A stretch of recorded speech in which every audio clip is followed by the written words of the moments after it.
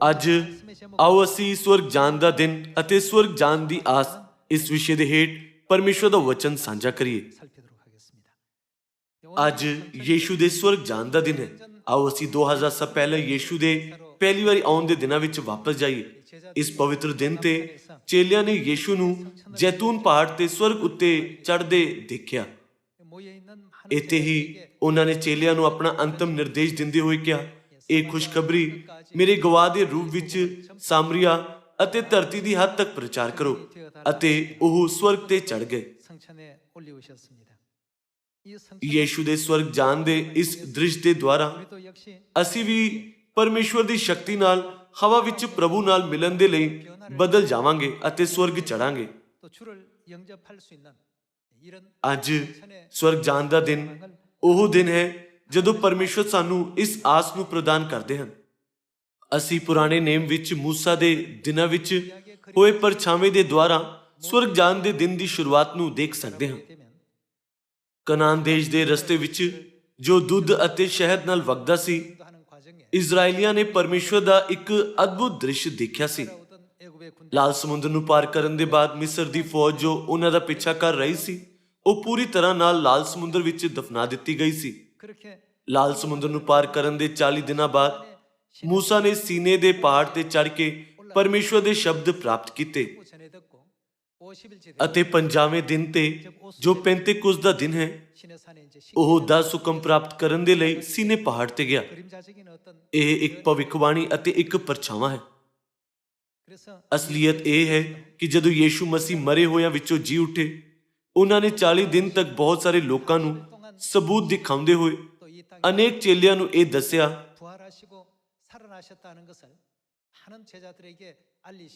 ਕਿ ਉਹ ਮਰੇ ਹੋਇਆਂ ਵਿੱਚੋਂ ਜੀ ਉੱਠਿਆ ਹੈ। ਇਹਨਾਂ ਸਭ ਦੇ ਬਾਅਦ ਜੈਤੂਨ ਪਹਾੜ ਤੋਂ ਉਹਨਾਂ ਦਾ ਸਵਰਗ ਜਾਣਾ ਹੋਇਆ। ਆਪਣੇ ਸਵਰਗ ਜਾਣ ਤੋਂ 10 ਦਿਨਾਂ ਬਾਅਦ ਯੀਸ਼ੂ ਨੇ ਪੈਂਤੇਕੁਸਤ ਦੇ ਦਿਨ ਆਪਣੇ ਚੇਲਿਆਂ ਉੱਤੇ ਪਹਿਲੀ ਬਰਸਾਤ ਦਾ ਪਵਿੱਤਰ ਆਤਮਾ ਭਰਪੂਰੀ ਨਾਲ ਦਿੱਤਾ। ਬਾਈਬਲ ਵਿੱਚ ਅਸੀਂ ਦੇਖ ਸਕਦੇ ਹਾਂ ਕਿ ਯੀਸ਼ੂ ਨੇ ਪੁਰਾਣੇ ਨੇਮ ਦੀਆਂ ਸਾਰੀਆਂ ਭਵਿੱਖਬਾਣੀਆਂ ਨੂੰ ਪੂਰਾ ਕੀਤਾ। ਅੱਜ ਉਹ ਦਿਨ ਹੈ ਜਦੋਂ ਪਰਮੇਸ਼ਵਰ ਸਾਨੂੰ ਸਵਰਗ ਜਾਣ ਦੀ ਆਸ ਦਿੰਦੇ ਹਨ। ਅਸੀਂ ਵੀ ਰੂਪ ਬਦਲਣ ਤੋਂ ਬਾਅਦ ਮਸੀਹ ਦੇ ਨਾਲ ਸਵਰਗ ਤੇ ਚੜ੍ਹ ਸਕਦੇ ਹਾਂ। ਆਓ ਅਸੀਂ ਬਾਈਬਲ ਵਿੱਚੋਂ ਇਹ ਵਚਨ ਇੱਕ ਇੱਕ ਕਰਕੇ ਦੇਖਦੇ ਹੋਏ ਪਰਮੇਸ਼ਵਰ ਦੀ ਇੱਛਾ ਨੂੰ ਸਾਡੇ ਅੰਦਰ ਅੰਕਿਤ ਕਰਨ ਦਾ ਸਮਾਂ ਲਈਏ। ਆਓ ਅਸੀਂ ਲੂਕਾ ਅਧਿਆਇ 24 ਵਚਨ 47 ਦੇਖੀਏ। ਅਤੇ ਯਰੂਸ਼ਲਮ ਤੋਂ ਲੈ ਕੇ ਸਾਰੀਆਂ ਕੌਮਾਂ ਵਿੱਚ ਉਹਦੇ ਨਾਮ ਉੱਤੇ ਤੋਬਾ ਅਰ ਪਾਪਾਂ ਦੀ ਮਾਫੀ ਦਾ ਪ੍ਰਚਾਰ ਕੀਤਾ ਜਾਵੇਗਾ। ਤੁਸੀਂ ਇਹਨਾਂ ਗੱਲਾਂ ਦੇ ਗਵਾਹ ਹੋ। ਅਤੇ ਵੇਖੋ, ਮੈਂ ਆਪਣੇ ਪਿਤਾ ਦਾ ਕਰਾਰ ਤੁਹਾਡੇ ਉੱਤੇ ਘੱਲਦਾ ਹਾਂ, ਪਰ ਜਦ ਤੀਕਰ ਤੁਸੀਂ ਉੱਪਰੋਂ ਸ਼ਕਤੀ ਨਾ ਪਾਓ, ਸ਼ਹਿਰ ਵਿੱਚ ਰਹੋ। ਉਹ ਉਹਨਾਂ ਨੂੰ ਬਾਹਰ ਬੈਤਨੀਆ ਦੇ ਸਾਹਮਣੇ ਲੈ ਗਿਆ ਅਰ ਆਪਣੇ ਹੱਥ ਉਠਾ ਕੇ ਉਹਨਾਂ ਨੂੰ ਆਸੀਸ ਦਿੱਤੀ। ਅਤੇ ਇਹ ਹੋਇਆ ਕਿ ਜਦੋਂ ਉਹਨਾਂ ਨੂੰ ਆਸ਼ੀਸ਼ ਦੇ ਰਿਹਾ ਸੀ ਤਾਂ ਉਹਨਾਂ ਤੋਂ ਅਲੱਗ ਹੋਇਆ ਅਰ ਆਕਾਸ਼ ਉੱਤੇ ਉਠਾਇਆ ਗਿਆ। ਅਤੇ ਉਹ ਉਸ ਨੂੰ ਸੀਨ ਨਿਵਾ ਕੇ ਵੱਡੀ ਖੁਸ਼ੀ ਨਾਲ ਯਰੂਸ਼ਲਮ ਨੂੰ ਮੁੜੇ ਅਰ ਹੈਕਲ ਵਿੱਚ ਨਿਤ ਪਰਮੇਸ਼ਵਰ ਦਾ ਧੰਨਵਾਦ ਕਰਦੇ ਰਹੇ।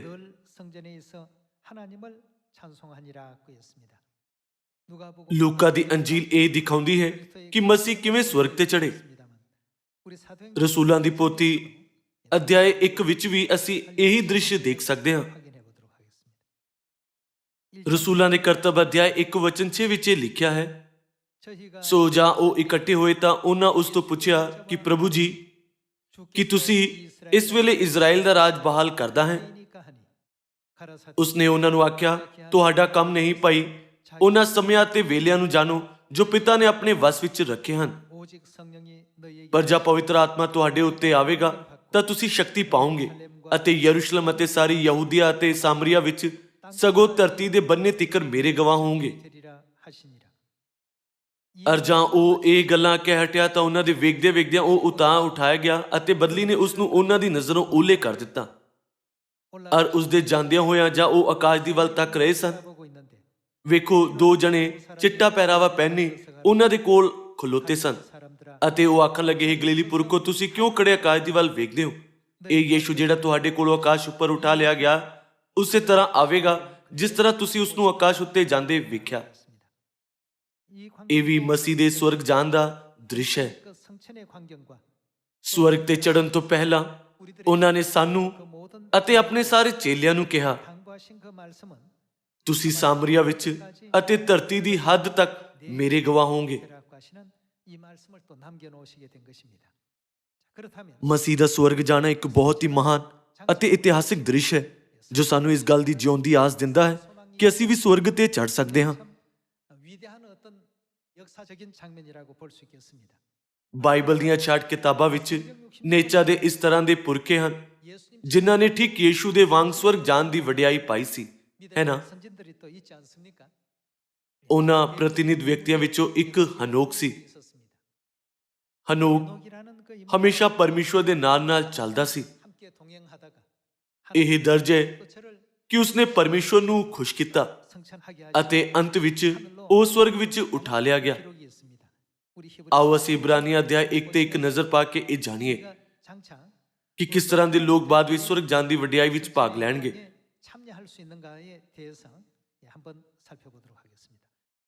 ਆਓ ਅਸੀਂ ਇਬਰਾਨੀਆਂ ਅਧਿਆਇ 11 ਵਚਨ 5 ਦੇਖੀਏ। ਨੇਚਾ ਨਾਲ ਹਨੋਕ ਉਤਾਹ ਚੁੱਕਿਆ ਗਿਆ, ਭਾਈ ਮੌਤ ਨਾ ਵੇਖੇ ਅਤੇ ਉਹਦਾ ਪਤਾ ਨਾ ਲੱਗਾ। ਇਸ ਲਈ ਜੋ ਪਰਮੇਸ਼ਵਰ ਨੇ ਉਹਨੂੰ ਉਤਾਹ ਚੁੱਕ ਲਿਆ, ਕਿਉਂ ਜੋ ਉਹਦੇ ਉਤਾਹ ਚੁੱਕੇ ਜਾਣ ਤੋਂ ਪਹਿਲਾਂ ਇਹ ਸਾਖੀ ਦਿੱਤੀ ਗਈ ਸੀ, ਭਾਈ ਉਹ ਪਰਮੇਸ਼ਵਰ ਦਾ ਕੀ ਕਰਦਾ ਹੈ? ਪਰਮੇਸ਼ਵਰ ਨੂੰ ਖੁਸ਼ ਕੀਤਾ। ਹਨੋਕ ਦੀ ਸ਼ਲਾਘਾ ਇਸ ਤਰ੍ਹਾਂ ਦੇ ਵਿਅਕਤੀ ਦੇ ਰੂਪ ਵਿੱਚ ਕੀਤੀ ਜਾਂਦੀ ਹੈ ਜੋ ਹਮੇਸ਼ਾ ਪਰਮੇਸ਼ਵਰ ਦੇ ਨਾਲ ਚੱਲਿਆ ਅਤੇ ਫਿਰ ਉੱਪਰ ਸਵਰਗ ਦੇ ਉਠਾ ਲਿਆ ਗਿਆ। ਉਸ ਦੀ ਕਿਸ ਤਰ੍ਹਾਂ ਦੇ ਵਿਅਕਤੀ ਰੂਪ ਵਿੱਚ ਸਾਖੀ ਦਿੱਤੀ ਗਈ ਸੀ ਜਿਸ ਨੇ ਪਰਮੇਸ਼ਵਰ ਨੂੰ ਖੁਸ਼ ਕੀਤਾ। ਇਸ ਤਰ੍ਹਾਂ ਦੇ ਲੋਕ ਮਸੀਹ ਦੇ ਨਾਲ ਸਵਰਗ ਜਾਣ ਦੀ ਵਡਿਆਈ ਦਾ ਆਨੰਦ ਲੈਣ ਵਿੱਚ ਕਾਬਿਲ ਸੀ।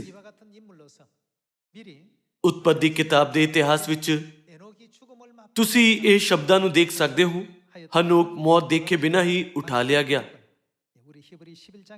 ਤੁਸੀਂ ਇਸ ਨੂੰ ਇਬਰਾਨੀਆਂ ਅਧਿਆਇ 11 ਅਤੇ ਉਤਪਤੀ ਕਿਤਾਬ ਵਿੱਚ ਵੀ ਪਾ ਸਕਦੇ ਹੋ।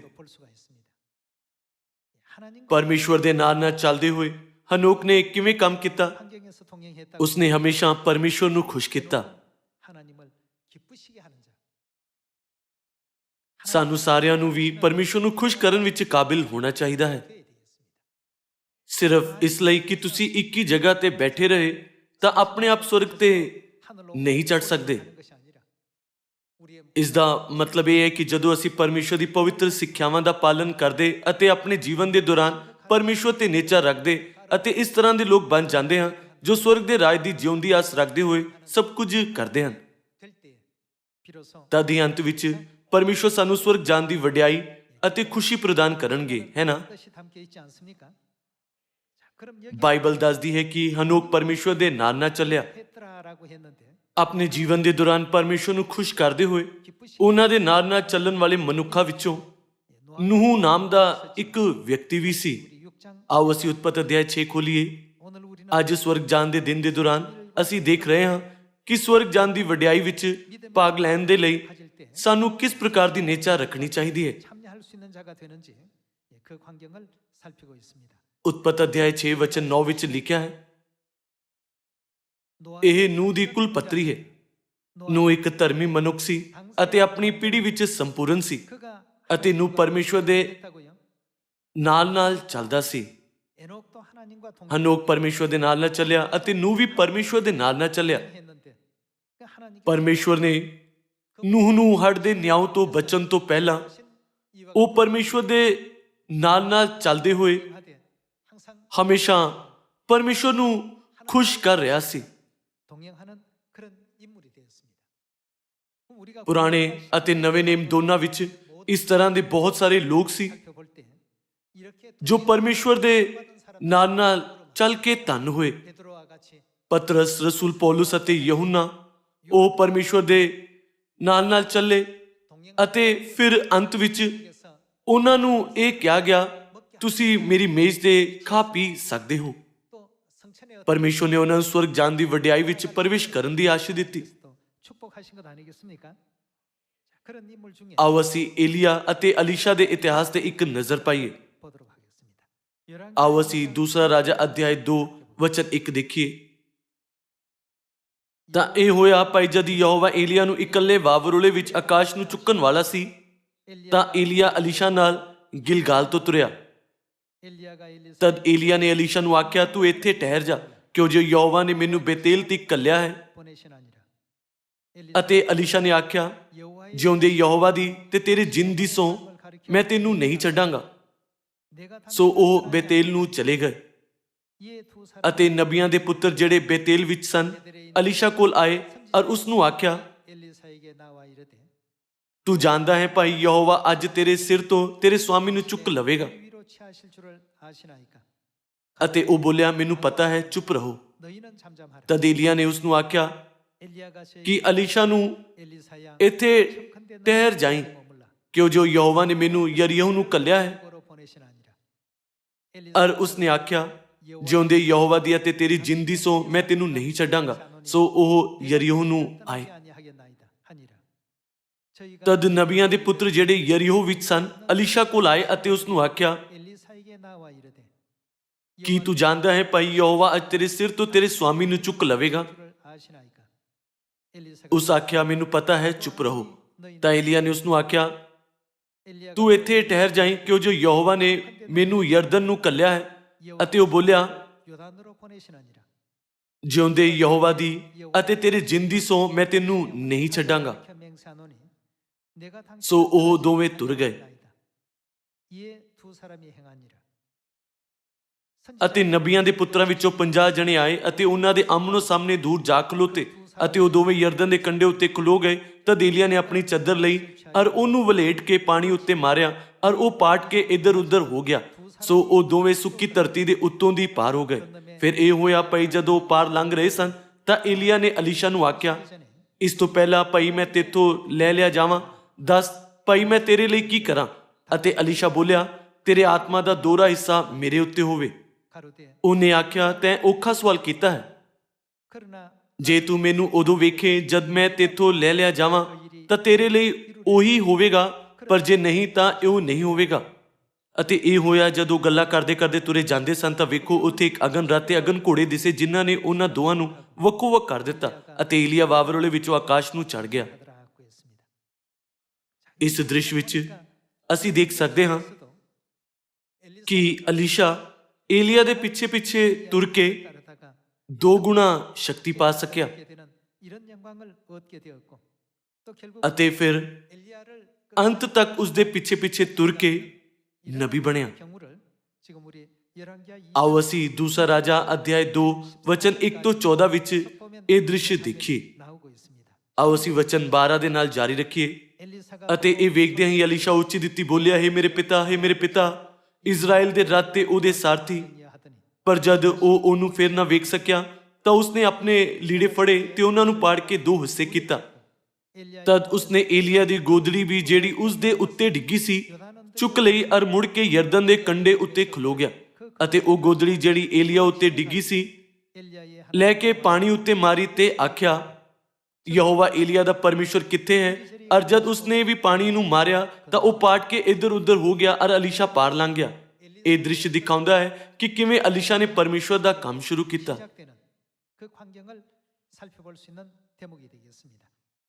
ਯਹੋਸ਼ੂਆ ਮੂਸਾ ਦੇ ਪਿੱਛੇ ਪਿੱਛੇ ਚੱਲ ਕੇ ਉਸ ਦਾ ਉੱਤਰਾਧਿਕਾਰੀ ਹੋਇਆ। ਨੂਹ ਨੇ ਪਰਮੇਸ਼ਵਰ ਦੇ ਨਾਲ ਨਾਲ ਚੱਲ ਕੇ ਮੁਕਤੀ ਪਾਈ ਅਤੇ ਅਲੀਸ਼ਾ ਏਲੀਆ ਦੇ ਪਿੱਛੇ ਪਿੱਛੇ ਚੱਲ ਕੇ ਨਬੀ ਬਣਿਆ। ਜੇਕਰ ਤੁਸੀਂ ਦੇਖਦੇ ਹੋ ਤਾਂ ਇਹਨਾਂ ਸਾਰਿਆਂ ਵਿੱਚ ਕੁਝ ਸਮਾਨਤਾ ਹੈ। ਜੋ ਸਮਾਨਤਾ ਉਹਨਾਂ ਵਿੱਚ ਹੈ ਉਹ ਇਹ ਹੈ ਕਿ ਉਹਨਾਂ ਨੇ ਹਮੇਸ਼ਾ ਪਰਮੇਸ਼ਵਰ ਨੂੰ ਖੁਸ਼ ਕਰਨ ਵਾਲਾ ਜੀਵਨ ਬਿਤਾਇਆ। 2000 ਸਾਲ ਪਹਿਲਾਂ ਚੇਲਿਆਂ ਦੇ ਯੀਸ਼ੂ ਨੂੰ ਜੈਤੂਨ ਪਹਾੜ ਤੇ ਸਵਰਗ ਚੜ੍ਹਦੇ ਹੋਏ ਦੇਖਦੇ ਸਮੇਂ ਉਹਨਾਂ ਨੂੰ ਇੱਕ ਮਹਾਨ ਮਿਸ਼ਨ ਦਿੱਤਾ ਗਿਆ, ਸਾਮਰੀਆ ਤੇ ਧਰਤੀ ਦੀ ਹੱਦ ਤੱਕ ਮੇਰੇ ਗਵਾਹ ਬਣੋ। ਫਿਰ ਉਹ ਮਿਸ਼ਨ ਦੇ ਰਾਹ ਤੇ ਅੰਤ ਤੱਕ ਚੱਲਦੇ ਰਹੇ। ਉਹ ਉਸ ਮਿਸ਼ਨ ਦੇ ਰਾਹ ਤੇ ਕਿਸ ਤਰ੍ਹਾਂ ਚੱਲੇ?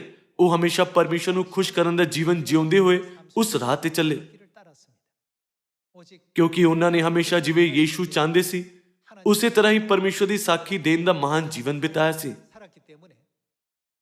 ਇਸ ਲਈ ਯੀਸ਼ੂ ਦੇ ਇਸ ਧਰਤੀ ਤੇ ਹੋਣ ਦੇ ਸਮੇਂ ਯੀਸ਼ੂ ਨੇ ਉਹਨਾਂ ਨੂੰ ਇਹ ਕਹਿ ਕੇ ਵਾਅਦਾ ਕੀਤਾ ਕਿ ਤੁਸੀਂ ਮੇਰੇ ਰਾਜ ਵਿੱਚ ਮੇਰੀ ਮੇਜ਼ ਤੇ ਖਾਓਗੇ ਪੀਓਗੇ ਅਤੇ ਸਿੰਘਾਸਨ ਤੇ ਬੈਠ ਕੇ ਇਜ਼ਰਾਈਲ ਦੇ 12 ਗੋਤਾਂ ਦਾ ਨਿਆਂ ਕਰੋਗੇ।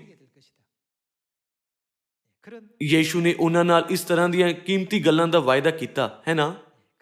ਇਸ ਯੁੱਗ ਵਿੱਚ ਰਹਿੰਦੇ ਹੋਏ ਸਾਨੂੰ ਵੀ ਹਮੇਸ਼ਾ ਪਰਮੇਸ਼ਵਰ ਦੇ ਰਾਹ ਤੇ ਪਰਮੇਸ਼ਵਰ ਦੇ ਨਾਲ ਚੱਲਦੇ ਹੋਏ ਉਹਨਾਂ ਨੂੰ ਖੁਸ਼ ਕਰਨਾ ਚਾਹੀਦਾ ਹੈ। ਅਲੀਸ਼ਾ ਏਲੀਆ ਦੇ ਨਾਲ ਚੱਲਿਆ, ਯਹੋਸ਼ੂਆ ਮੂਸਾ ਦੇ ਨਾਲ ਚੱਲਿਆ ਅਤੇ ਪਤਰਸ ਯੀਸ਼ੂ ਦੇ ਨਾਲ ਚੱਲਿਆ। ਜਿੱਥੇ ਕਿਤੇ ਅਸੀਂ ਜਾਂਦੇ ਹਾਂ ਸਾਨੂੰ ਹਮੇਸ਼ਾ ਪਰਮੇਸ਼ਵਰ ਨੂੰ ਖੁਸ਼ ਕਰਦੇ ਹੋਏ ਉਹਨਾਂ ਦੇ ਨਾਲ ਚੱਲਣਾ ਚਾਹੀਦਾ ਹੈ। ਆਓ ਅਸੀਂ ਮਲਾਕੀ ਅਧਿਆਇ 3 ਦੇ ਵਚਨ ਤੇ ਇੱਕ ਨਜ਼ਰ ਪਾਈਏ। ਮਲਾਕੀ ਅਧਿਆਇ 3 ਵਚਨ 7। ਆਪਣੇ ਪਿਓ ਦਾਦਿਆਂ ਦੇ ਦਿਨਾਂ ਤੋਂ ਮੇਰੀ ਵਿਧੀਆਂ ਤੋਂ ਬੇਮੁਖ ਹੁੰਦੇ ਆਏ ਹੋ, ਤੁਸੀਂ ਉਹਨਾਂ ਦੀ ਪਾਲਣਾ ਨਹੀਂ ਕੀਤੀ, ਤੁਸੀਂ ਮੇਰੇ ਵੱਲ ਮੁੜੋ। ਅੰਤ ਵਿੱਚ ਉਹਨਾਂ ਨੇ ਪਰਮੇਸ਼ਰ ਨੂੰ ਛੱਡ ਦਿੱਤਾ। ਇਸ ਦਾ ਕਾਰਨ ਇਹ ਸੀ ਕਿ ਉਹ ਪਰਮੇਸ਼ਰ ਨੂੰ ਖੁਸ਼ ਨਹੀਂ ਕਰਦੇ ਸੀ। ਪਰਮੇਸ਼ਰ ਨੂੰ ਖੁਸ਼ ਨਾ ਕਰਨ ਤੇ ਲੋਕ ਪਰਮੇਸ਼ਰ ਨੂੰ ਛੱਡ ਦਿੰਦੇ ਹਨ। ਪਰਮੇਸ਼ਵਰ ਸਾਨੂੰ ਆਪਣੇ ਵੱਲ ਮੁੜਨ ਨੂੰ ਕਹਿੰਦੇ ਹਨ। ਕਿ ਇਸ ਦਾ ਅਰਥ ਇਹ ਨਹੀਂ ਹੈ ਕਿ ਪਰਮੇਸ਼ਵਰ ਚਾਹੁੰਦੇ ਹਨ ਕਿ ਅਸੀਂ ਉਹਨਾਂ ਦੇ ਨਾਲ ਚੱਲੀਏ। ਪਰਮੇਸ਼ਵਰ ਕਹਿੰਦੇ ਹਨ ਮੇਰੇ ਨਾਲ ਚੱਲੋ, ਤਦ ਸਵਰਗ ਦਾ ਵਡਿਆਈ ਭਰਿਆ ਰਾਜ ਤੁਹਾਡਾ ਹੋਵੇਗਾ। ਤੁਸੀਂ ਵਾਰ-ਵਾਰ ਮੇਰੇ ਤੋਂ ਦੂਰ ਜਾਣ ਦੀ ਕੋਸ਼ਿਸ਼ ਕਿਉਂ ਕਰਦੇ ਹੋ? ਹਾਲਾਂਕਿ ਇਸ ਤਰ੍ਹਾਂ ਦੇ ਲੋਕ ਹਨ ਜੋ ਪਰਮੇਸ਼ਵਰ ਦੇ ਕੰਮ ਨੂੰ ਪਸੰਦ ਨਹੀਂ ਕਰਦੇ। ਕੰਮ ਜੋ ਪਰਮੇਸ਼ਵਰ ਚਾਹੁੰਦੇ ਹਨ ਉਸ ਨੂੰ ਪਸੰਦ ਨਹੀਂ ਕਰਦੇ ਅਤੇ ਜੋ ਪਰਮੇਸ਼ਵਰ ਦੀ ਦਿੱਤੀ ਹੋਈ ਵਿਵਸਥਾਵਾਂ, ਵਿਧੀਆਂ ਅਤੇ ਹੁਕਮਾਂ ਦੀ ਪਾਲਣਾ ਕਰਨਾ ਪਸੰਦ ਨਹੀਂ ਕਰਦੇ। ਉਹ ਪਰਮੇਸ਼ਵਰ ਤੋਂ ਜ਼ਿਆਦਾ ਦੂਰ ਹੋ ਜਾਂਦੇ ਹਨ, ਹੁਣ ਉਸ ਦੇ ਨਾਲ ਨਹੀਂ ਰਹਿੰਦੇ ਅਤੇ ਉਹ ਪਰਮੇਸ਼ਵਰ ਦੇ ਨਾਲ ਹੋਰ ਨਹੀਂ ਚੱਲਦੇ। ਇਸ ਲਈ ਉਹ ਕਹਿੰਦੇ ਹਨ ਕਿ ਤੁਸੀਂ ਮੇਰੇ ਵੱਲ ਮੁੜੋ ਤਾਂ ਮੈਂ ਤੁਹਾਡੇ ਵੱਲ ਮੁੜਾਂਗਾ। ਮਲਾਕੀ ਅਧਿਆਇ 3 ਵਿੱਚ ਅਸੀਂ ਪਰਮੇਸ਼ਵਰ ਨੂੰ ਆਪਣੇ ਨਾਲ ਚੱਲਣ ਦੇ ਲਈ ਕਹਿੰਦੇ ਹੋਏ ਦੇਖ ਸਕਦੇ ਹਾਂ। ਆਓ ਅਸੀਂ ਪ੍ਰਕਾਸ਼ ਦੀ ਪੋਥੀ ਅਧਿਆਇ 22 ਤੋਂ ਇੱਕ ਵਚਨ ਦੇਖੀਏ। ਜਦੋਂ ਤੱਕ ਹਨੋਕ ਨਹੀਂ ਚੜਿਆ ਤਦ ਤੱਕ ਉਹ ਪਰਮੇਸ਼ਵਰ ਦੇ ਨਾਲ ਚੱਲਿਆ ਅਤੇ ਏਲੀਆ ਨੇ ਵੀ ਹਮੇਸ਼ਾ ਪਰਮੇਸ਼ਵਰ ਦੀ ਇੱਛਾ ਪੂਰੀ ਕੀਤੀ ਅਤੇ ਫਿਰ ਸਵਰਗ ਤੇ ਚੜਿਆ। ਜਦੋਂ ਯੀਸ਼ੂ ਇਸ ਧਰਤੀ ਤੇ ਆਏ ਸੀ ਤਦ ਉਹਨਾਂ ਨੇ ਸਵਰਗ ਜਾਣ ਦਾ ਨਮੂਨਾ ਦਿਖਾਇਆ ਅਤੇ ਇਹ ਚਾਹਿਆ ਕਿ ਅਸੀਂ ਹਮੇਸ਼ਾ ਉਹਨਾਂ ਦੇ ਨਾਲ ਚੱਲੀਏ। ਅਧਿਆਇ 22 ਵਚਨ 17। ਆਤਮਾ ਅਤੇ ਲਾੜੀ ਆਖਦੀ ਹੈ ਆਓ। ਇਸ ਅੰਤਮ ਯੁੱਗ ਵਿੱਚ ਸਵਰਗੀ ਪਿਤਾ ਅਤੇ ਮਾਤਾ ਜੀ ਇਸ ਧਰਤੀ ਤੇ ਆਪਣੀਆਂ ਸਾਰੀਆਂ ਸੰਤਾਨਾਂ ਨੂੰ ਆਪਣੀ ਬਾਹਾਂ ਵਿੱਚ ਆਉਣ ਨੂੰ ਕਹਿੰਦੇ ਹਨ। ਕਿ ਇਸ ਦਾ ਅਰਥ ਇਹ ਨਹੀਂ ਕਿ ਉਹ ਚਾਹੁੰਦੇ ਹਨ ਕਿ ਅਸੀਂ ਉਹਨਾਂ ਦੇ ਨਾਲ ਚੱਲੀਏ। ਜਦੋਂ ਅਸੀਂ ਉਸ ਰਾਹ ਤੇ ਚੱਲਦੇ ਹਾਂ ਜਿਸ ਤੇ ਪਿਤਾ ਚੱਲਦੇ ਸੀ ਅਤੇ ਜਿਸ ਤੇ ਮਾਤਾ ਜੀ ਚੱਲ ਰਹੇ ਹਨ ਤਦ ਅਸੀਂ ਕਹਿ ਸਕਦੇ ਹਾਂ ਕਿ ਅਸੀਂ ਪਰਮੇਸ਼ਵਰ ਦੇ ਨਾਲ ਚੱਲ ਰਹੇ ਹਾਂ। ਜੇਕਰ ਜਿਸ ਰਾਹ ਤੇ ਪਰਮੇਸ਼ਵਰ ਚੱਲਦੇ ਹਨ ਅਤੇ ਜਿਸ ਰਾਹ ਤੇ ਅਸੀਂ ਚੱਲਦੇ ਹਾਂ ਅਲੱਗ-ਅਲੱਗ ਰਾਹ ਹਨ ਤਾਂ ਅਸੀਂ ਨਹੀਂ ਕਹਿ ਸਕਦੇ ਕਿ ਅਸੀਂ ਪਰਮੇਸ਼ਵਰ ਦੇ ਨਾਲ ਚੱਲ ਰਹੇ ਹਾਂ, ਹੈ ਨਾ। ਪਰਮੇਸ਼ਵਰ ਦੇ ਲੋਕ ਪਰਮੇਸ਼ਵਰ ਦੇ ਨਾਲ ਕਿਵੇਂ ਚੱਲ ਰਹੇ ਹਨ? ਉਹ ਹਮੇਸ਼ਾ ਉਹਨਾਂ ਨੂੰ ਖੁਸ਼ ਕਰਦੇ ਹੋਏ ਉਹਨਾਂ ਦੇ ਨਾਲ ਚੱਲ ਰਹੇ ਹਨ। ਜੇਕਰ ਅਸੀਂ ਸਵਰਗੀ ਪਾਪੀ ਇਸ ਧਰਤੀ ਤੇ ਪਰਮੇਸ਼ਵਰ ਨੂੰ ਖੁਸ਼ ਕਰ ਸਕੀਏ ਤਾਂ ਕੀ ਇਹ ਜੀਵਨ ਅਸਲ ਵਿੱਚ ਤੋਬਾ ਦਾ ਜੀਵਨ ਨਹੀਂ ਹੋਵੇਗਾ? ਸੱਚੀ ਤੋਬਾ ਪ੍ਰਚਾਰ ਕਰਨਾ ਹੈ ਅਤੇ ਪ੍ਰਚਾਰ ਕਰਨਾ ਪਰਮੇਸ਼ਵਰ ਨੂੰ ਸਾਡਾ ਸੱਚੀ ਤੋਬਾ ਦਿਖਾਉਣ ਦਾ ਤਰੀਕਾ ਹੈ। ਸਾਡੀ ਇਹ ਆਖਰੀ ਆਸ ਹੈ। ਇਸ ਤਰ੍ਹਾਂ ਦੀ ਆਸ ਹੈ ਜਿਸ ਨੂੰ ਸਿਓਨ ਦੀਆਂ ਸਾਰੀਆਂ ਸੰਤਾਨਾਂ ਨੂੰ ਰੱਖਣਾ ਚਾਹੀਦਾ ਹੈ। ਸਾਡੇ ਸਵਰਗ ਜਾਣ ਦੀ ਇਸ ਤਰ੍ਹਾਂ ਦੀ ਆਸ ਹੈ ਕਿ ਅਸੀਂ ਅੱਖ ਚਮਕਦੇ ਸਾਰ ਹੀ ਹੋਰ ਦੇ ਹੋਰ ਹੋ ਜਾਵਾਂਗੇ ਅਤੇ ਮਸੀਹ ਦੇ ਨਾਲ ਹਵਾ ਵਿੱਚ ਮਿਲਣ ਦੇ ਲਈ ਚੁੱਕ ਲਈ ਜਾਵਾਂਗੇ। ਬਾਈਬਲ ਦੇ ਇਹਨਾਂ ਵਚਨਾਂ ਨਾਲ ਪਰਮੇਸ਼ਵਰ ਸਾਡੇ ਤੋਂ ਇਸ ਤਰ੍ਹਾਂ ਦੀ ਆਸ ਰੱਖਣ ਨੂੰ ਕਹਿੰਦੇ ਹਨ। ਉਸ ਤਰ੍ਹਾਂ ਦੀ ਵਡਿਆਈ ਵਿੱਚ ਪੂਰੀ ਤਰ੍ਹਾਂ ਪ੍ਰਵੇਸ਼ ਕਰਨ ਦੇ ਲਈ ਸਾਨੂੰ ਇਹ ਸਾਖੀ ਮਿਲਣੀ ਚਾਹੀਦੀ ਹੈ ਕਿ ਅਸੀਂ ਪਰਮੇਸ਼ਵਰ ਨੂੰ ਖੁਸ਼ ਕੀਤਾ ਹੈ। ਆਓ ਅਸੀਂ ਪਹਿਲਾ ਥੈਸਲੁਨੀਕੀਓ ਅਧਿਆਇ 4 ਵਿੱਚ ਇੱਕ ਹੋਰ ਵਚਨ ਦੇਖੀਏ। ਅਧਿਆਇ 4 ਵਚਨ 14। ਕਿਉਂਕਿ ਜੇ ਸਾਨੂੰ ਇਹ ਪ੍ਰਤੀਤ ਹੋਈ ਹੈ ਭਈ ਯੀਸ਼ੂ ਮੋਇਆ ਅਤੇ ਫਿਰ ਜੀ ਉੱਠਿਆ ਤਾਂ ਇਸੇ ਤਰ੍ਹਾਂ ਪਰਮੇਸ਼ਵਰ ਉਹਨਾਂ ਨੂੰ ਵੀ ਜਿਹੜੇ ਯੀਸ਼ੂ ਵਿੱਚ ਸੋ ਗਏ ਹਨ ਉਹਦੇ ਨਾਲ ਲਿਆਵੇਗਾ। ਅਸੀਂ ਪ੍ਰਭੂ ਦੇ ਵਚਨ ਦੇ ਅਨੁਸਾਰ ਤੁਹਾਨੂੰ ਇਹ ਆਖਦੇ ਹਾਂ ਭਾਈ ਅਸੀਂ ਜਿਹੜੇ ਜਿਉਂਦੇ ਅਤੇ ਪ੍ਰਭੂ ਦੇ ਆਉਣ ਤੱਕ ਬਾਕੀ ਰਹਿੰਦੇ ਹਾਂ ਸੋ ਉਹਨਾਂ ਤੋਂ ਜਿਹੜੇ ਸੋ ਗਏ ਹਨ ਕਦੀ ਅੱਗੇ ਤੇ ਨਾ ਹੋਵਾਂਗੇ। ਇਸ ਲਈ ਜੋ ਪ੍ਰਭੂ ਆਪ ਲਲਕਾਰੇ ਨਾਲ, ਮਹਾਦੂਤ ਦੀ ਆਵਾਜ਼ ਨਾਲ ਅਤੇ ਪਰਮੇਸ਼ਵਰ ਦੀ ਤੂਰੀ ਨਾਲ ਸਵਰਗ ਤੋਂ ਉਤਰੇਗਾ ਅਤੇ ਜਿਹੜੇ ਮਸੀਹ ਵਿੱਚ ਹੋ ਕੇ ਮੋਏ ਹਨ ਉਹ ਪਹਿਲਾਂ ਜੀ ਉੱਠਣਗੇ। ਤਦ ਅਸੀਂ ਜਿਹੜੇ ਜਿਉਂਦੇ ਅਤੇ ਬਾਕੀ ਰਹਿੰਦੇ ਹਾਂ ਉਹਨਾਂ ਦੇ ਨਾਲ ਹੀ ਹਵਾ ਵਿੱਚ ਪ੍ਰਭੂ ਦੇ ਮਿਲਣ ਨੂੰ ਕੀ ਬਦਲਾਂ ਉੱਤੇ ਅਚਾਨਕ ਉਠਾਏ ਜਾਵਾਂਗੇ। ਦੂਸਰੇ ਸ਼ਬਦਾਂ ਵਿੱਚ ਅਸੀਂ ਸਵਰਗ ਵਿੱਚ ਉਠਾਏ ਜਾਵਾਂਗੇ। ਇਸੇ ਤਰ੍ਹਾਂ ਅਸੀਂ ਸਦਾ ਕਿਸ ਦੇ ਨਾਲ ਰਹਾਂਗੇ? ਪ੍ਰਭੂ ਦੇ ਸੰਗ ਰਹਾਂਗੇ। ਸੋ ਤੁਸੀਂ ਇਹਨਾਂ ਗੱਲਾਂ ਨਾਲ ਇੱਕ ਦੂਏ ਨੂੰ ਤਸੱਲੀ ਦਿਓ। ਸਾਡੇ ਸਾਰਿਆਂ ਵਿੱਚ ਸਵਰਗ ਜਾਣ ਦੀ ਆਸ ਅਰਥਾਤ ਸਦੀਪਕ ਸਵਰਗ ਦੇ ਰਾਜ ਤੇ ਉਠਾ ਲਿੱਤੇ ਜਾਣ ਦੀ ਆਸ ਹੈ। ਪਰਮੇਸ਼ਵਰ ਚਾਹੁੰਦੇ ਹਨ ਕਿ ਅਸੀਂ ਸਾਰੇ ਸਵਰਗ ਜਾਈਏ। ਇਸ ਲਈ ਸਭ ਤੋਂ ਮਹੱਤਵਪੂਰਨ ਕੰਮ ਜੋ ਸਾਨੂੰ ਕਰਨਾ ਚਾਹੀਦਾ ਹੈ ਉਹ ਹੈ ਪਰਮੇਸ਼ਵਰ ਦੇ ਨਾਲ ਚੱਲਣਾ। ਜਦੋਂ ਅਸੀਂ ਏਲੀਆ ਦੇ ਇਤਿਹਾਸ ਨੂੰ ਦੇਖਦੇ ਹਾਂ ਅਤੇ ਜਦੋਂ ਅਸੀਂ ਕੋਲੋਂ ਦੇਖਦੇ ਹਾਂ ਕਿ ਏਲੀਆ ਅਤੇ ਹਨੋਕ ਕਿਵੇਂ ਸਵਰਗ ਤੇ ਉਠਾ ਲਏ ਗਏ, ਤਾਂ ਅਸੀਂ ਜਾਣ ਸਕਦੇ ਹਾਂ ਕਿ ਉਹ ਸਵਰਗ ਤੇ ਉਠਾ ਲਏ ਜਾਣ ਦੇ ਪਲ ਤੱਕ ਪਰਮੇਸ਼ਵਰ ਦੇ ਨਾਲ ਚੱਲੇ ਸੀ। ਇਸ ਯੁੱਗ ਵਿੱਚ ਵੀ ਸਾਨੂੰ ਪਰਮੇਸ਼ਵਰ ਦੇ ਸਾਥੀਆਂ ਦੇ ਰੂਪ ਵਿੱਚ ਦ੍ਰਿੜਤਾ ਨਾਲ ਇਹ ਨੇਚਾ ਕਰਦੇ ਹੋਏ ਕਿ ਜਦੋਂ ਅਸੀਂ ਪਰਮੇਸ਼ਵਰ ਨੂੰ ਖੁਸ਼ ਕਰਨ ਵਾਲੇ ਵਿਸ਼ਵਾਸ ਨਾਲ ਸਭ ਕੁਝ ਕਰੀਏ,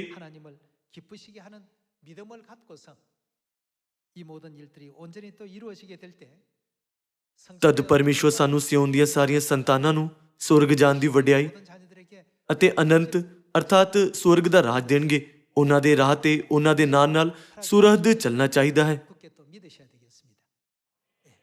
ਜਿਨ੍ਹਾਂ ਨੂੰ ਸਵਰਗ ਜਾਣ ਦੀ ਆਸ ਹੈ ਉਹਨਾਂ ਨੂੰ ਪਰਮੇਸ਼ਵਰ ਦੇ ਨਾਲ ਜ਼ਰੂਰ ਚੱਲਣਾ ਚਾਹੀਦਾ ਹੈ। ਭਾਵੇਂ ਤੁਸੀਂ ਸਵਰਗ ਜਾਣ ਦੇ ਲਈ ਆਸ ਨਾ ਭਰੇ ਹੋ, ਪਰ ਇਸ ਦਾ ਕੋਈ ਮਤਲਬ ਨਹੀਂ ਕਿ ਜੇਕਰ ਤੁਸੀਂ ਇਹ ਕਹਿੰਦੇ ਹੋਏ ਪਰਮੇਸ਼ਵਰ ਦੇ ਨਾਲ ਚੱਲਣਾ ਨਹੀਂ ਚਾਹੁੰਦੇ ਕਿ ਪਰਮੇਸ਼ਵਰ ਮੈਂ ਤੁਹਾਡੇ ਰਾਹ ਦਾ ਪਿੱਛਾ ਨਹੀਂ ਕਰ ਸਕਦਾ, ਮੈਂ ਦੂਸਰਾ ਰਾਹ ਲਵਾਂਗਾ। ਸਾਨੂੰ ਇਸ ਪ੍ਰਕਾਰ ਦਾ ਜੀਵਨ ਕਦੀ ਨਹੀਂ ਜਿਉਣਾ ਚਾਹੀਦਾ। ਅਨੰਤ ਸਵਰਗ ਦਾ ਰਾਜ ਨੇੜੇ ਆ ਰਿਹਾ ਹੈ। ਸਾਨੂੰ ਸਿਓਨ ਦੇ ਲੋਕਾਂ ਨੂੰ ਸਵਰਗ ਜਾਣ ਦੀ ਵਡਿਆਈ ਅਰਥਾਤ ਪ੍ਰਭੂ ਨਾਲ ਹਵਾ ਵਿੱਚ ਮਿਲਣ ਦੇ ਲਈ ਬਦਲਾਂ ਤੇ ਚੁੱਕੇ ਜਾਣ ਦੀ ਵਡਿਆਈ ਵਿੱਚ ਪੱਕਾ ਹੀ ਭਾਗ ਲੈਣਾ ਚਾਹੀਦਾ ਹੈ। ਜਿਵੇਂ ਪਹਿਲਾ ਥੈਸਲੁਨੀਕੇ ਅਧਿਆਇ 4 ਵਿੱਚ ਲਿਖਿਆ ਹੈ। ਸਵਰਗ ਜਾਣ ਦੇ ਵਿਸ਼ੇ ਵਿੱਚ ਬਾਈਬਲ ਦੇ ਇਹ ਰਿਕਾਰਡ ਕਦੀ ਝੂਠ ਨਹੀਂ ਹਨ। 2000 ਸਾਲ ਪਹਿਲਾਂ ਆਪਣੇ ਚੇਲਿਆਂ ਦੀ ਅੱਖਾਂ ਦੇ ਸਾਹਮਣੇ ਹੀ ਮਸੀਹ ਸਵਰਗ ਤੇ ਚੜੇ ਅਤੇ ਏਲੀਆ ਤੇ ਹਨੋਕ ਵੀ ਜਿਉਂਦੇ ਜੀ ਸਵਰਗ ਤੇ ਉਠਾ ਲਿੱਤੇ ਗਏ ਸੀ। ਸਾਨੂੰ ਇਹਨਾਂ ਰਿਕਾਰਡਾਂ ਨਾਲ ਆਪਣੇ ਸਵਰਗ ਜਾਣ ਤੇ ਨੇਚਾ ਕਰਨੀ ਚਾਹੀਦੀ ਹੈ ਅਤੇ ਹਮੇਸ਼ਾ ਪਰਮੇਸ਼ਵਰ ਦੇ ਨਾਲ ਚੱਲਦੇ ਹੋਏ ਉਹਨਾਂ ਨੂੰ ਖੁਸ਼ ਕਰਨਾ ਚਾਹੀਦਾ ਹੈ। ਪਤਰਸ ਯੀਸ਼ੂ ਦੇ ਨਾਲ ਚੱਲਿਆ ਅਤੇ ਅਲੀਸ਼ਾ ਏਲੀਆ ਦੇ ਨਾਲ ਚੱਲਿਆ। ਅਸੀਂ ਸਿੱਖਿਆ ਹੈ ਕਿ ਸਾਨੂੰ ਬਾਈਬਲ ਦੇ ਇਤਿਹਾਸ ਦੇ ਸਾਰੇ ਰਿਕਾਰਡਾਂ ਦੇ ਦੁਆਰਾ ਸਵਰਗੀ ਪਿਤਾ ਅਤੇ ਮਾਤਾ ਜੀ ਦੇ ਨਾਲ ਚੱਲਦੇ ਹੋਏ ਇੱਕ ਕਿਰਪਾ ਨਾਲ ਭਰਪੂਰ ਜੀਵਨ ਜਿਉਣ ਦੀ ਕੋਸ਼ਿਸ਼ ਕਰਨੀ ਚਾਹੀਦੀ ਹੈ।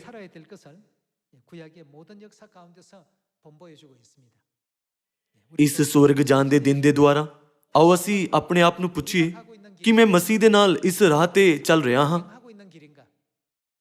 ਕੀ ਮੈਂ ਹਮੇਸ਼ਾ ਪਰਮੇਸ਼ਵਰ ਨੂੰ ਖੁਸ਼ ਕਰਦੇ ਹੋਏ ਉਹਨਾਂ ਦੇ ਨਾਲ ਚੱਲ ਰਿਹਾ ਹਾਂ ਜਾਂ ਸ਼ਿਕਾਇਤ ਕਰਦੇ ਹੋਏ?